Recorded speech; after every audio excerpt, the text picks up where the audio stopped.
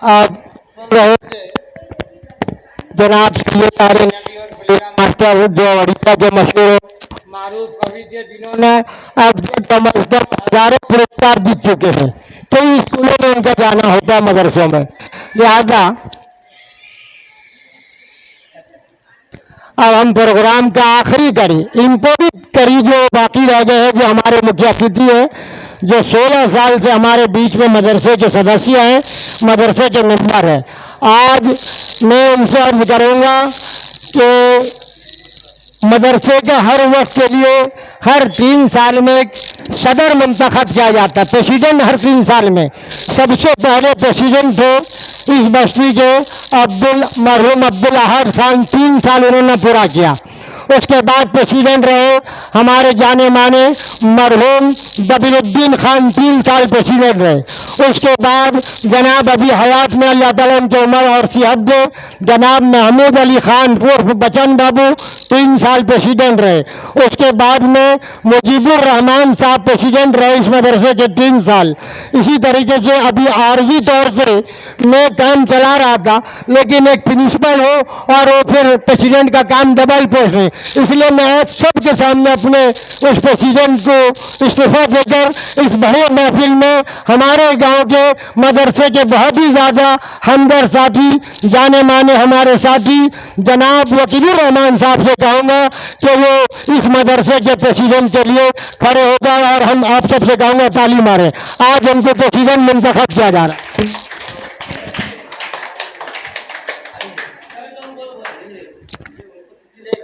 अब आखिरी कड़ी हमारे जाने माने पुरुषों के साथी, गरीबों के हमदम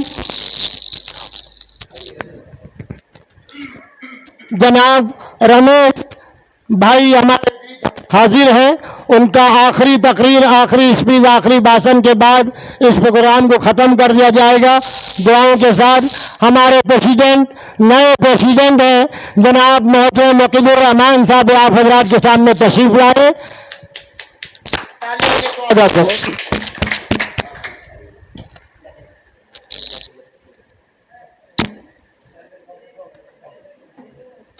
मैं रमेश भाई को तकलीफ देना चाहता हूँ कि बहुत वक्त का शुक्रिया भी अदा करता हूँ।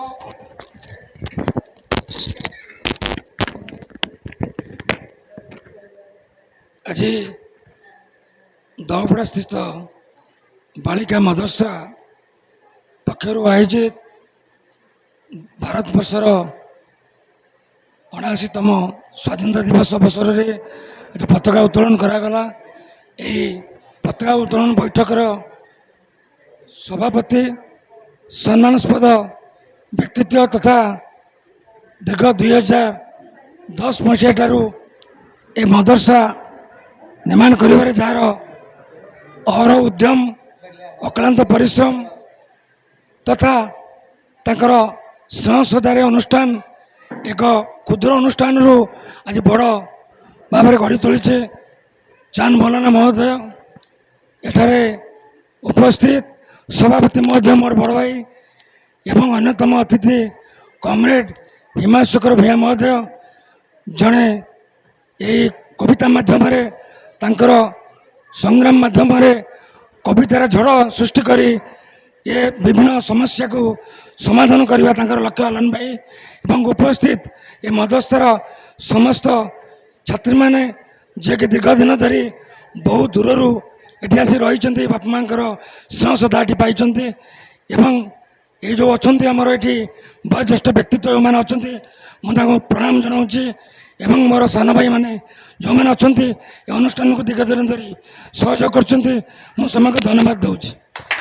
जी ये जो पवित्र दिवस रे आमर कहवा को इच्छा ना ये मदरसा जो बालिका मदरसा जो पिला को गढ़ी जी पिला माने जो भाई भाव में कथा सब निजर कथा निज मन सब कही ये देशर स्वाधीनतार कथा, ये देशर वीरत्व गाथा, ये देशर वीर जवान कथा से संपर्क में आलोचना कले। आपातत पिला माने जो बालक मु निश्चित भाव में मोर हृदय को टच कर धन्यवाद दूसरी।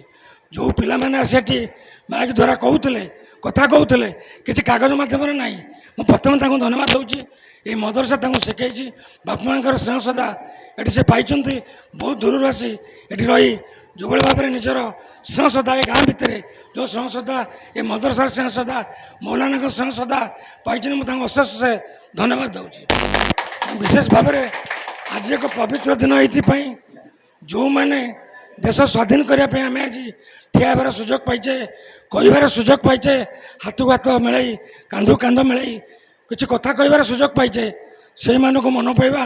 ଯେଉଁ ଇଂରେଜ ଶାସନ କଥା କହୁଥିଲେ, ଯେଉଁ ବର୍ବରତା, ଯେଉଁ ଦେଶର ଅରାଜକତା ସୃଷ୍ଟି କରିଦେଇଥିଲେ ଏବଂ ତାଙ୍କୁ ପ୍ରତିହତ କରିବା ପାଇଁ ଦେହର ସମସ୍ତ ବଳ ଖଟାଇ ମୁଣ୍ଡ ଝାଳ ତୁଣ୍ଡରେ ମାରି ଯେ ପରିବାର ଛାଡ଼ି ଲଢ଼େଇ କରିଛନ୍ତି, ଏ ଦେଶର ସ୍ୱାଧୀନତାରେ ଝାସ ଦେଇଛନ୍ତି, ସେମାନେ ତିଳ ତିଳ ଦଗ୍ଧ ହୋଇଛନ୍ତି, କିନ୍ତୁ ଆମକୁ ସ୍ୱାଧୀନତା ଦେଇଛନ୍ତି।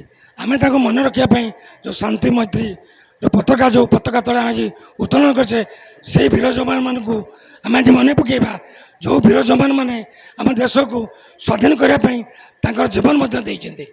ଅପରେସନ୍ ସିନ୍ଦୁର ଅଳ୍ପ ଦିନ ତଳେ ଆରମ୍ଭ ହୋଇଥିଲା ଏବଂ ବିଶେଷ ଭାବରେ ଏ ଭାରତୀୟ ସୈନ୍ୟଙ୍କୁ ଅଖଣ୍ଡ କ୍ଷମତା ଦିଆଯାଇଥିଲା।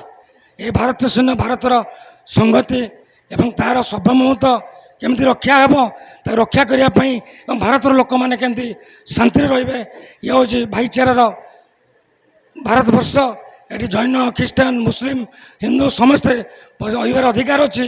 ଆମ ଭିତରେ ଯେଉଁ ସମ୍ପର୍କ ଅଛି, ସେ ସୁସମ୍ପର୍କକୁ ଦୃଢ଼ କରିବାକୁ ପଡ଼ିବ। ବିକଶିତ ଭାରତ, ବିକଶିତ ଓଡ଼ିଶା, ବିଶେଷ ଭାବରେ ବିକଶିତ ଦହପଡ଼ା ଆମେ ଗଠନ କରିବା। ଆମେ ହେଉଛୁ ଏହି ଦହପଡ଼ାବାସୀର ବାସିନ୍ଦା। ଆମେ ଦହପଡ଼ା କଥା ଚିନ୍ତା କରିବା। ଦହପଡ଼ାର ବିଭିନ୍ନ ଉନ୍ନୟନ କାର୍ଯ୍ୟ, ବିଭିନ୍ନ କାର୍ଯ୍ୟକ୍ରମ କେମିତି ହେବ, ସମସ୍ତେ ହାତକୁ ହାତ ମିଳେଇ କାନ୍ଧକୁ କାନ୍ଧ ମିଳେଇ କାର୍ଯ୍ୟ କରିବା। ଏହି ସ୍ୱାଧୀନତାର ଆଜି ଏକ ଶ୍ରେଷ୍ଠ ସମ୍ମାନ ହେବ। ଆମେ ଦୀର୍ଘ ଦିନ ଧରି ଆପଣମାନଙ୍କର ସ୍ନେହ ଶ୍ରଦ୍ଧା ପାଇ ଏ ଅନୁଷ୍ଠାନ ହେଇଛି। ମୁଁ ମଧ୍ୟ ଠିଆ ହେବାର ସୁଯୋଗ ପାଇଛି, କାରଣ ମୁଁ ଆପଣଙ୍କ ପରିବାରର ମୁଁ ପିଲା, କାହାର ଭାଇ, କାହାର ଭାଇ ହେବି, କାହାର ସାନ ଭାଇ ହେବି, କାହାର ପିଲା ହେବି। ଆପଣ ତ ଏହି ସ୍ନେହ ଶ୍ରଦ୍ଧା ସମ୍ପର୍କରେ, ଭାଇଚାରା ସମ୍ପର୍କରେ, କି ହିନ୍ଦୁ କି ମୁସଲମାନ ଯେଉଁ ସମ୍ପର୍କ କରିବେ, ଯେଉଁ ଭାଇଚାରା ରଖିବା, ଏ ସମ୍ପର୍କକୁ ସବୁଦିନ ପାଇଁ ବଜାୟ ରଖିବା। 78ତମ ସ୍ୱାଧୀନତା ଅଧିକ ଗତି କରିଯାଇଛି, ବହୁତ ଦୁଃଖ ଦେଇଯାଇଛି, ଯାହା ହିମାଂଶୁ ଏଠି କହୁଥିଲା। ଏବଂ ଆମେ ଏକାଠି ହେବା। ଯେଉଁ ଶିକ୍ଷାନୀତି କଥା କହୁଥିଲେ, ଶିକ୍ଷାନୀତି 2020 ପ୍ରତ୍ୟେକ ନାଗରିକକୁ ଶିକ୍ଷା ଦେବାର ଅଧିକାର ଆମର। ଯିଏ ବାହାରେ ରହିଛି, ଯେ ଅନୁଷ୍ଠାନ ନାହିଁ, ବାହାରେ ବୁଲୁଛି କି ବାହାରେ କେଉଁଠି, ସମସ୍ତଙ୍କୁ ସାମିଲ କରାଯାଉ ଏ ଅନୁଷ୍ଠାନରେ, ସ୍କୁଲରେ। କାରଣ ମଧ୍ୟାହ୍ନ ଭୋଜନ ଠାରୁ ଆରମ୍ଭ କରି ବିଭିନ୍ନ ସରକାରୀ ଯୋଜନା କାର୍ଯ୍ୟକ୍ରମ ଚାଲିଛି। ଏଠି ଅଷ୍ଟମ ପର୍ଯ୍ୟନ୍ତ ଖାଇବାକୁ ଦିଆଯାଇଥିଲା। ଗୋଟେ ଦୁଃଖର କଥା, ଯେତେବେଳେ ଅଷ୍ଟମ ପିଲା ଖାଉଥିଲେ, ଯେଉଁଠି ନବମ ଦଶମ ଅଛି, ସେ ପିଲା ଘରକୁ ଯାଇ ଖାଇବାକୁ ଯାଉଥିଲେ। ସରକାର ଚିନ୍ତା କଲା, ଯେହେତୁ ସମସ୍ତେ ସମାନ, ସଭିଏଁ ପାଠ ପଢ଼ିବେ, ସମସ୍ତେ ଶିଖିବେ, ତେଣୁ ବାଛ ବିଚାର କାହିଁକି ପିଲାଙ୍କ ଭିତରେ ହେବ। ତେଣୁ ସେଇଥିପାଇଁ ଡ୍ରେସ୍ ଦିଆଗଲା। ସେଇଥିପାଇଁ ଖାଦ୍ୟ ମଧ୍ୟ ନବମ ଦଶମ ମଧ୍ୟ ଖାଦ୍ୟ ପ୍ରଚଳନ କରାଯାଇଛି। ଛୋଟଠାରୁ ଶିଶୁ ବାଟିଆ କଥା କହୁଥିଲେ, ଗଭର୍ଣ୍ଣମେଣ୍ଟ ଚିନ୍ତା କଲା ଛୋଟ ଛୋଟ ପିଲାମାନେ ତାକୁ ଏକ ଶ୍ରେଣୀ କରିଦିଆଯିବ। ସେ ପ୍ରଥମ ଶ୍ରେଣୀ ନୁହଁ, ତ ପ୍ରଥମର ପ୍ରାକ୍ ଶ୍ରେଣୀ ତାକୁ କୁହନ୍ତି। ସେ ପ୍ରାକ୍ ଯେଉଁ ଅଙ୍ଗନବାଡ଼ି ଯାଉଥିଲେ, ସେ ସମୟଟା କହୁଛି ପ୍ରାକ୍ ଶ୍ରେଣୀ। ତ ପ୍ରାକ୍ ଶ୍ରେଣୀ କଲେ ତାଙ୍କୁ ମଧ୍ୟ ଏଥିରେ ସାମିଲ କରାଯିବ। ଜନ୍ମରୁ ମୃତ୍ୟୁ ପର୍ଯ୍ୟନ୍ତ ଶିକ୍ଷାର ଆବଶ୍ୟକତା ଅଛି। ତେଣୁ ଶିକ୍ଷାନୀତିରେ ସମସ୍ତେ ସାମିଲ ହେବା ଦରକାର। ଆପଣମାନଙ୍କର ସହଯୋଗ ଦରକାର। ଯେତେବେଳେ 2010 ମସିହାରେ ମୌଲାନା ଚାନ୍ଦ ମୌଲାନା ଗୋଟେ ମଦରସା କରିବା ପାଇଁ ପରିକଳ୍ପନା କଲେ, କ'ଣ କରିବା ନା ଏକାଠି ପିଲାମାନଙ୍କୁ, ଝିଅ ପିଲାଙ୍କୁ ପାଠ ପଢ଼ାଇବା। ମୁଁ କହିଲି ମୌଲାନା କେମିତି ହେବ, ଛୋଟ ଝିଅ ପିଲା କେଉଁଠି ଆସିବେ, ତାକୁ କେମିତି ଶ୍ରଦ୍ଧା ଦେବା, କେମିତି ରହିବା। ଆକ୍ଚୁଆଲି ଅବସ୍ଥା ଭଲ ନଥିଲା ଆମ ସେତେବେଳେ। ସେତେବେଳେ ସମସ୍ତେ ବି ଜାଣିଛନ୍ତି, କାରଣ ପଡ଼ିଶା ପକାଇ ଗପ କହନ୍ତିନି, ଏଠି ଯେଉଁ ଅବସ୍ଥା, ସେ ଅବସ୍ଥା ଭିତରେ ମୁଁ ନିଶ୍ଚିତ ଭାବରେ ଚାନ୍ଦ ମୌଲାନାଙ୍କୁ ଏବଂ ଯେଉଁମାନେ ଗାଁ ଲୋକ ଏଠି ଅଛନ୍ତି, ଯିଏ ସହଯୋଗ ବାଢ଼ିଛନ୍ତି, ମୁଁ ସମସ୍ତଙ୍କୁ ଧନ୍ୟବାଦ ଦେବି। ମୁଁ ମଧ୍ୟ ସାମିଲ ଥିଲି। ଯେ ଝିଅ ପିଲାମାନଙ୍କ ବାହାର ଆଣିକି ତାଙ୍କ ବାପା ମାଆଙ୍କୁ ସେ ଛାଡ଼ି ଏଠି ବାପା ମାଆଙ୍କର ସ୍ନେହ ଶ୍ରଦ୍ଧା ନ ପାଇଲେ ସେ କେବେ କୌଣସି ପିଲା ରହିପାରିବେ ନାହିଁ। ତେଣୁ ସେଠୁ ବହୁତ ଦୂର ଦୂରାନ୍ତରୁ ମାନେ ଓଡ଼ିଶାରୁ ବାହାରେ ମଧ୍ୟ ଆସି ଏଠି ପାଠ ପଢ଼ିଛନ୍ତି। ଏଠି ଯାଇକି ଯେଉଁ ସ୍ନେହ ଶ୍ରଦ୍ଧା ବାପା ମାଆଙ୍କର ପାଇଛନ୍ତି, ସେ ସ୍ନେହ ଶ୍ରଦ୍ଧାକୁ ପାଥେୟ କରି ଆଜି 15 ବର୍ଷ ଧରି ଅନୁଷ୍ଠାନ ଚାଲିଛି।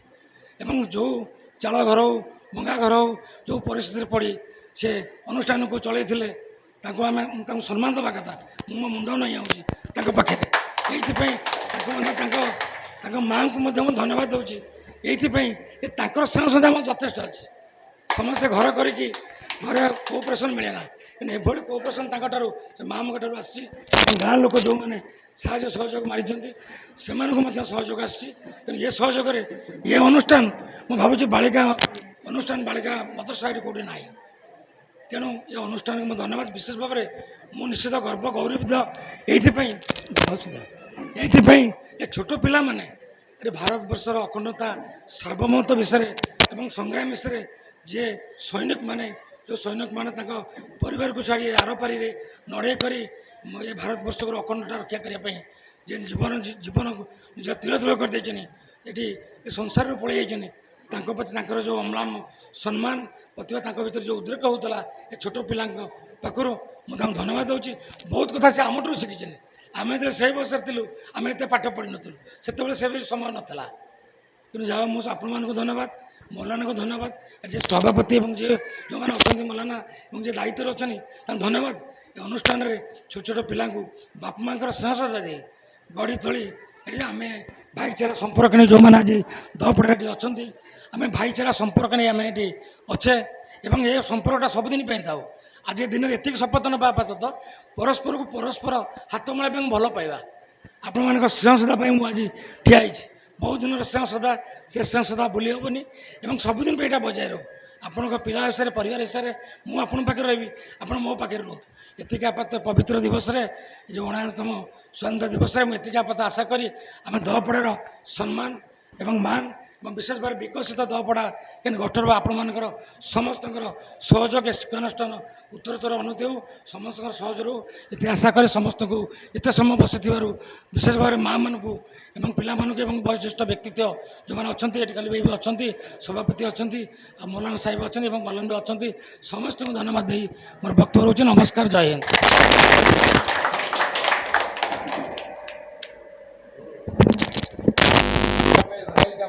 शुक्रिया, उन्होंने बहुत अच्छा तकरीर और स्पीच दिया और तालीम के लिए उन्होंने कहा कि देखिए अपनी बेटियों को मैं सभी धर्मों के लोगों से कहूँगा हिंदू मुस्लिम सिख ईसाई भाई सभी से मैं ये इल्तिजा करूँगा। पिछले साल भी मैं कहा था कि उर्दू के अंदर बहुत मिठास है, उर्दू जबान को आगे को बढ़ाओ और एजुकेशनल के तालीम के बगैर हर काम अधूरा है। लिहाजा आप लोग अपने बच्चों को आला से आला बढ़िया से बढ़िया कॉलेज में बढ़िया से बढ़िया यूनिवर्सिटी में बढ़िया से बढ़िया मदरसे में तालीम दें। अगर आपके बच्चे जो है वो देश के मुस्तकबिल है। आप देखे होंगे हमारे भारत के राष्ट्रपति अब्दुल कलाम 5 साल की मुद्दत में उनका काम सिर्फ यही रहा कैसे स्कूल अच्छा बढ़ेगा, कैसे देश के बच्चे अच्छा पढ़ेंगे, अच्छा पढ़ेंगे, अच्छा गाएंगे। उन्होंने 5 साल इस देश के लिए मेहनत किया। ऐसा शख्स था जिसको अफ्रीका से लेकर अमेरिका से लेकर लंदन से लेकर, क्योंकि देश को सबसे ज्यादा अगर शक्ति किसी ने दिया देश को तो वो अब्दुल कलाम राष्ट्रपति थे जो देश को सबसे ज्यादा शक्ति दिया।